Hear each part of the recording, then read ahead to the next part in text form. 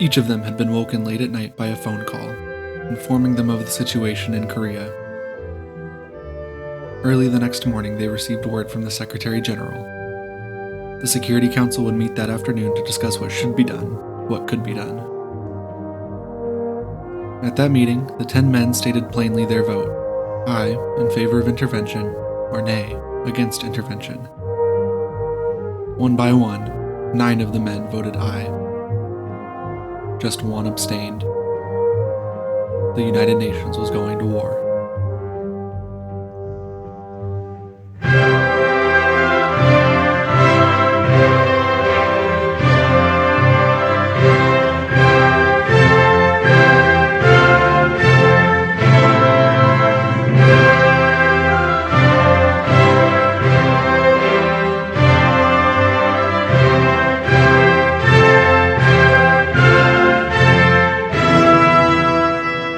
Hello, and welcome to Coming Together, Coming Apart, Episode 15, Quo Vadis. Today, we will discuss the decision by the United Nations to intervene in the burgeoning conflict on the Korean Peninsula, and then continue through the first full month of the war. I am of two minds when it comes to the United Nations. The United Nations was always intended to be a neutral organization in world politics, standing up in defense of peace. That intention defines its core values and has more or less guided the organization through the forever changing realm of global politics. However, it would be naive of me to say that the United Nations has not, at times, been captured by its chief benefactor, the United States. The UN, of course, was at its heart an American-led effort to secure the post-war peace in a way that the old Eurocentric League of Nations never could. That is what makes the Korean War so interesting in the history of the United Nations. It is both the first largest challenge to UN stature in the organization's heretofore brief life and a prime example of the United States pursuing its goals through the UN. And that second point is certainly up for debate, just in what language we should use to describe it. Was the United States just pursuing its goals through the UN? If so, that's kind of exactly how the UN was intended to function. Was this a matter where American and UN opinions on the matter lined up? Definitely. Or was this a time when the United States flexed its muscles and edged out dissenting opinion from other UN member states to steer international politics as it desired? Probably. All three are true, in part because of one important aspect of the composition of the Security Council on June 25, 1950. 6 months earlier, the Soviet ambassador to the UN, Jacob Malik, walked out of the Security Council in protest of the Republic of China's continued seat at the table. Since the end of the Chinese Civil War in 1948, it was no small matter that the Republic maintained its status as the China in the UN instead of the new People's Republic. That's why, in January of 1950, Malik walked out of the Council, clearing the way for what was to come. Secretary General Trygve Lie, like the 10 ambassadors of the Security Council, was aroused from his sleep by a telephone call on the night of the 24th. Remember, we're half a day behind Korea here in New York. North Korean forces were crossing the border into South Korea, directly against the UN-backed Republic government in Seoul. Of course, neither Korea was a member state of the UN, but the Republic was sanctioned by the UN Temporary Commission on Korea. Therefore, for Lee, to make war against South Korea was to make war against the United Nations. This was a major crisis for the young organization. To decide what should be done, Lee called an emergency meeting of the Security Council for 2 p.m. on the afternoon of the 25th, after the first day of fighting in Korea. At that meeting were representatives of 10 of the 11 council members: the Republic of China, France, the United Kingdom, the United States, Ecuador, Egypt, India, Norway, Communist Yugoslavia, and Republican Cuba. Opening the meeting, Lee stated the central question they were to answer that day: whether or not the invasion of the Republic of Korea by the Democratic People's Republic of Korea required an international response, and if so, what that response would be. With the Soviet Union's representative absent, though, the outcome was pretty well settled. As relayed by I.F. Stone, the U.S. State Department had in fact prepared a rough outline of a Security Council resolution a few months prior in anticipation of communist aggression in Korea. Stone says this is evidence that the American government had at least some prior knowledge of or had instigated the invasion of June 25th, but I think that's reading a bit too much into the competence of the State Department. I think it's just basic contingency planning more than anything. There are probably thousands of draft resolutions in some storage closet at the U.S. mission to the United Nations, dealing with a dozen different possibilities for every situation since 1945. Even with an outline for a Security Council resolution placed before them, the 10 delegates present took 4 hours to discuss and vote on the matter, passing UNSC Resolution 82 at 6 p.m. on the 25th by a vote of 9 in favor, none against, with 1 abstention: Yugoslavia. Now, I was a little misleading at the beginning. UNSC 82 did not directly approve military action against North Korea. It simply called for an immediate end to hostilities and the withdrawal of Northern forces back to their original positions. The actionable clause of the resolution called upon all UN member states to furnish every assistance to the UN in carrying out the resolution. The next day, the United States made the first move to aid South Korea, extending air and naval support coverage across the peninsula where available. Furthermore, and I don't want to sidetrack us with this more than I need to, Truman ordered the U.S. Navy's powerful 7th Fleet to station between China and Taiwan, sidestepping any potential conflict between the two for the time being. The specific wording on China and Taiwan in the order states that the goal of the 7th Fleet's new position was to prevent an attack from mainland China to Taiwan as well as an attack going the other way. Truman just wanted to totally defuse that situation for now. The North Koreans, of course, did not give a rat's patootie what the UN had to say about the matter. That's why, on the 27th, the Security Council passed Resolution 83, recommending that member states furnish the assistance necessary for South Korea to repel the northern attack and restore peace on the peninsula. This, too, could have been vetoed by the Soviets were they present, but still they doth protest. That shows how important the question of China was to the Soviets in comparison to the importance of keeping non-Korean actors out of the growing conflict. Keep in mind, though, that this was just the 3rd day of the war. Seoul was about to fall, the Republic of Korea army was crumbling, and the 1,700 or so Americans in the country were being quickly rushed to Japan. So things were looking pretty good for the war to be over soon, and for any intervention by the UN to be too late to have a meaningful effect. That's why Malik never rushed back to the council chambers, and, in fact, he was returning to Moscow that week. And you can see that the Soviets were not too concerned with the possibility of UN intervention in the first few days of the war. The Americans, on the other hand, were understandably very concerned. On the 26th, with the same set of orders Truman sent to the 7th Fleet, the Joint Chiefs of Staff directed our dear friend Douglas MacArthur to send a survey party to Korea to assess the situation on the ground and to complete the evacuation process of Americans on the peninsula. That process was completed on June 29th, with all civilians and most of the Korean Military Advisory Group transferred to Japan. The survey party MacArthur sent was led by Major General John Church, a career Army man and section chief in MacArthur's Supreme Command Allied Powers. Church set up shop in Suwon, meeting with ROKA Chief of Staff General Chae Byung-dak on the 28th, the same day Seoul fell to the Korean People's Army. Up until that day, unilateral military intervention by the United States was still an option, but cognizant of the general domestic attitude towards another major war, and considering we're only 5 years removed from the last one, the National Security Council advised Truman that any greater American intervention would best be done under the banner of the United Nations. And that's exactly what would be discussed in the Security Council over the next week. But for now, let's stay on the peninsula. So, the Korean People's Army captured Seoul on the 28th of June, just the 4th day of the war. At this point in the plan, the government of Syngman Rhee was supposed to have collapsed and surrendered, giving the North Koreans a swift victory. But Rhee was a bit more obstinate than the Northerners expected. Rhee's government had already moved twice, first to Suwon, then to Daejeon, both directly south of the now-lost capital.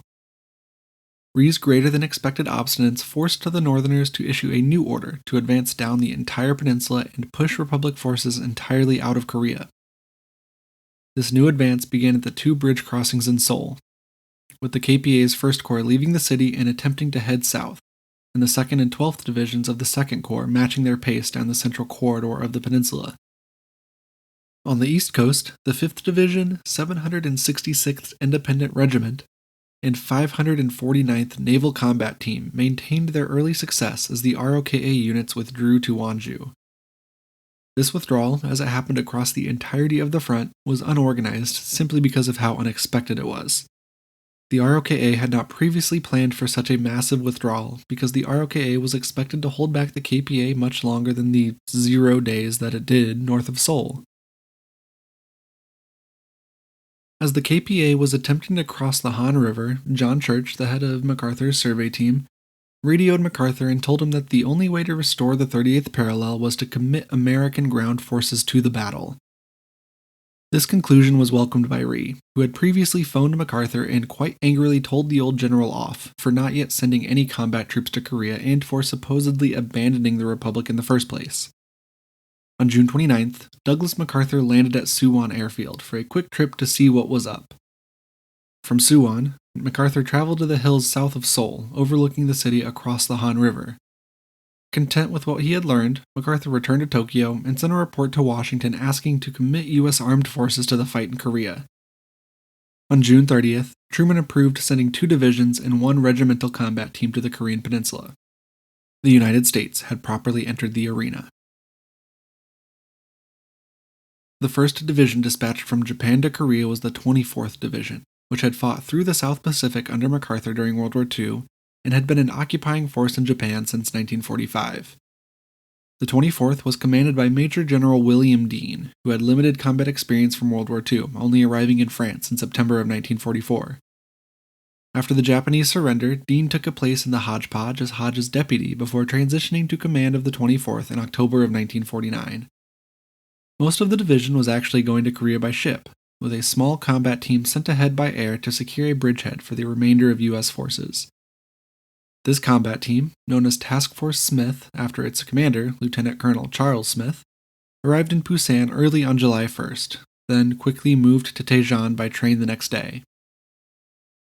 Dean arrived in Busan that same day and, 2 days later, established the headquarters of the U.S. Army Forces in Korea, or USAFIK, that would oversee, the U.S. Army Forces in Korea for the remainder of the war. After capturing Seoul on the 28th, it was not until the 3rd of July that the KPA broke through the Han River line and ran on past the river. This was partially because a river makes a good defensive line just naturally. And the ROKA also had a bit of assistance in the form of the American 5th Air Force, flying from Japan in support of the Han's defenders. This is, I believe, the first instance of something that would become a real frustration for ROKA and USAFIK forces. Every time a bridge or road was destroyed from the air, the KPA would conscript civilians to rebuild it overnight. So when the bridges over the Han were damaged during the day, the KPA would just repair them overnight and continue its attempts to get across. That's why it took 5 days for the KPA to finally successfully cross the Han. After that, the ROKA was in the same situation it was in during the first days of the war. They just had nothing to stop Northern Armor, which was rolling through Suwon by the afternoon of July 4th. The first engagement between the KPA and Task Force Smith occurred south of Suwon on July 5th, with, again, the North Korean tanks proving their worth. Task Force Smith was forced out of its positions on the Seoul-Busan Railway and National Road by that afternoon, with 150 men killed, wounded, or missing. It is thought that the KPA had 125 men killed or wounded in that Battle of Osan. The battles of Pyeongtaek and Chonwi went about as poorly for the Americans and South Koreans, with the KPA's effective combined forces tactics pushing their enemy further down the peninsula. Tanks would punch a hole through the defensive line because the KPA leadership knew by this point that the ROKA had no answer for them. Then infantry would rush through to seize the advantage. One of the few losses for the KPA during this first month came outside Umsong, near Cheongju, an important transportation hub in east-central South Korea, where 2 ROKA battalions ran off a KPA regiment, capturing weapons, vehicles, ammunition, and about 130 KPA soldiers. Besides that, though, the pattern of retreat and hold and retreat again continued for the next couple weeks, with the ROKA withdrawing from Tanyang on the 12th, Cheongju on the 13th, and dropping down the eastern coast to Yonghae by the 12th. Overall, a pretty awful start for the US Army, and even worse for the Republic of Korea Army.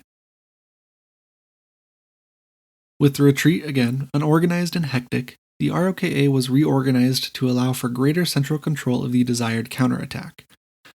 This new look ROKA had 1 corps, 5 divisions, and 3 independent regiments. The 3rd, 5th, and 7th divisions were dissolved entirely, as their commanders were killed in the first days of fighting, leaving their unassigned troops to the capital, 1st, and 2nd divisions, whose commanders were not totally wiped out. The 6th and 8th divisions also maintained their relative strength and place in the ROKA. At the same time, the KPA reorganized border security brigades into new combat divisions to bolster its strength along the front line. Reorganization was the name of the game in that first week of July, which was capped by the Security Council's passage of Resolution 84. UNSC 84 established the United Nations Command, a unified organization to direct the UN military intervention in Korea. It requested all member states that wanted to send military forces to Korea to place them at the service of the UN command, and it requested that the United States designate a commander for those forces. And who could that commander be but Douglas MacArthur? Truman, acting as the official representative of the UN through the authority granted to him in UNSC 84, approved MacArthur's command on the 8th. Until the UN command's formal establishment on the 24th of July, MacArthur led through the U.S. Far East Command, supplemented by naval and air forces, for the time being, from Britain and Australia. On the 14th, Reeve formally gave command of the ROK Army to MacArthur, giving Caesar himself total control of anti-communist forces in the region. One of MacArthur's first major problems, besides the continuous collapse of UN forces on the peninsula, was that of logistics. The US had a decent amount of equipment in Japan, but needed a way to get that to Korea. The key was the port of Busan, in the southeast corner of the peninsula, luckily very close to Japan. 300,000 tons of equipment was delivered by over 200 ships throughout the month of July to Busan, helping keep the UN forces from total disaster. In the last 2 weeks of July, the Korean People's Army continued rolling through South Korea. UN forces were starting to get the hang of the KPA's tactics, though, and were bit by bit learning how to better counter the strengths of the KPA. Before the Battle of Daejeon, beginning on the 19th, larger rocket launchers were airlifted in to give the soldiers at least a fighting chance against armor. Smaller units were dispatched to surprise the enemy from their rear or when their defenses were lowered. At Daejeon, General Dean became separated from the rest of his retreating troops and fell down a hill. He then wandered the countryside for a month before running into a group of KPA soldiers. He would be a prisoner of war until the armistice. For American soldiers specifically, this was all truly a trial by fire. Many at this point in the war were used to their cushy postings back in Japan, where the sake flowed freely and women were plentiful.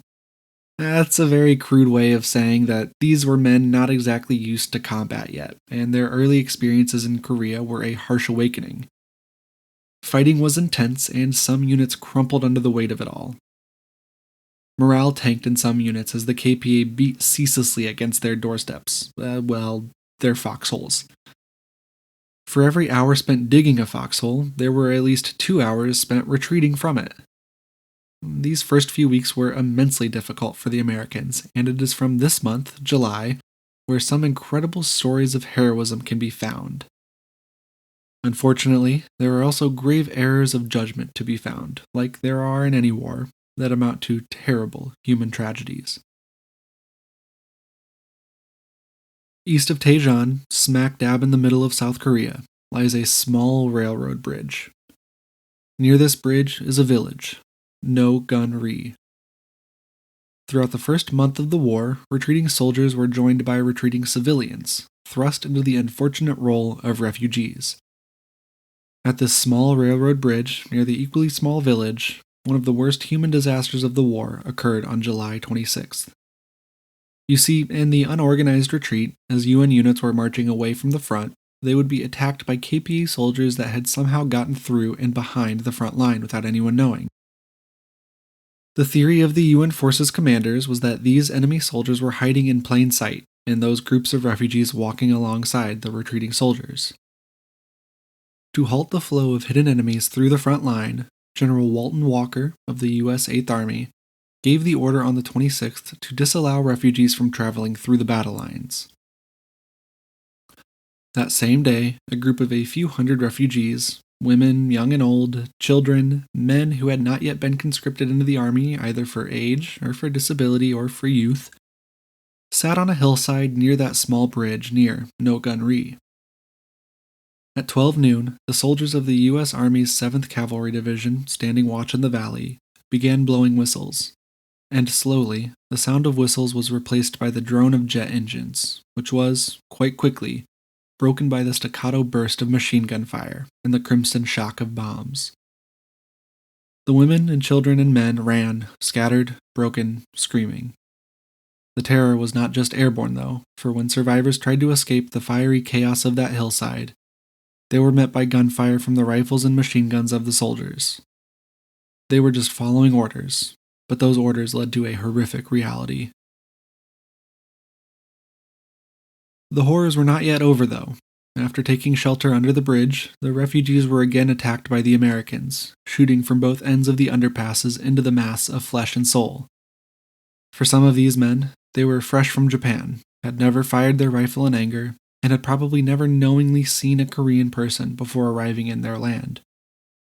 This was their first experience of war, of the horrors that would consume their minds over the rest of their lives, no matter how short.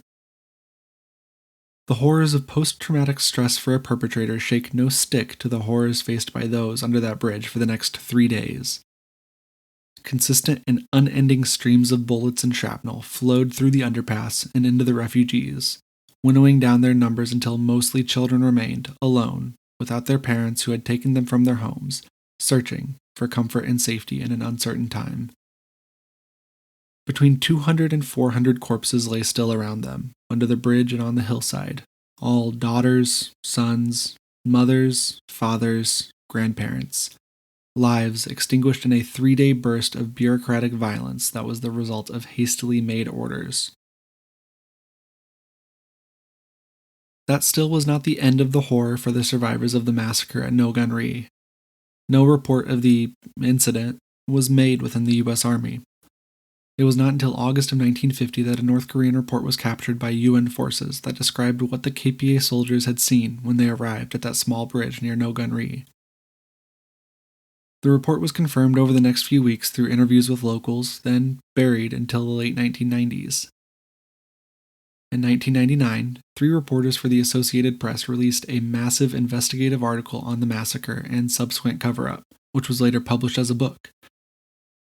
I highly suggest you pick it up at your local library or nearest independent bookstore. It's titled The Bridge at No Gun Ri by Charles Hanley, Sang-Hun Cho, and Martha Mendoza.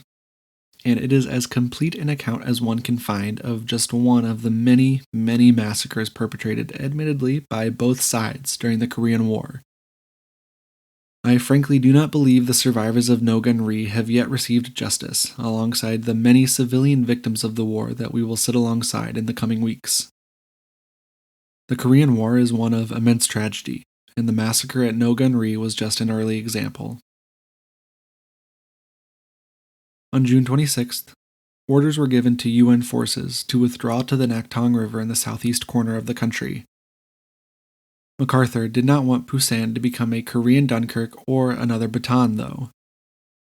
General Walker visited the 25th Division in Sangju on the 29th, telling his men that there would not be one more step back. This was reported in the papers as Walker ordering his men to stand or die. And that's where we'll leave our discussion for now, with United Nations forces running out of space and North Korean forces running out of time. Next week, we will discuss the second full month of the war, August 1950. If you are on social media, you can find us on Twitter, Instagram, and Facebook as @CTCA Podcast. If you are not on social media, or if you just want to look around, you can find more information, including the references for today's episode, at ctcapodcast.libsyn.com. That's ctcapodcast.libsyn.com. We release new episodes every Tuesday. Please be sure to subscribe and leave a rating wherever you listen to podcasts. I am Trevor Owens, and this is Coming Together, Coming Apart. Thank you for listening, and I hope you have an enjoyable week.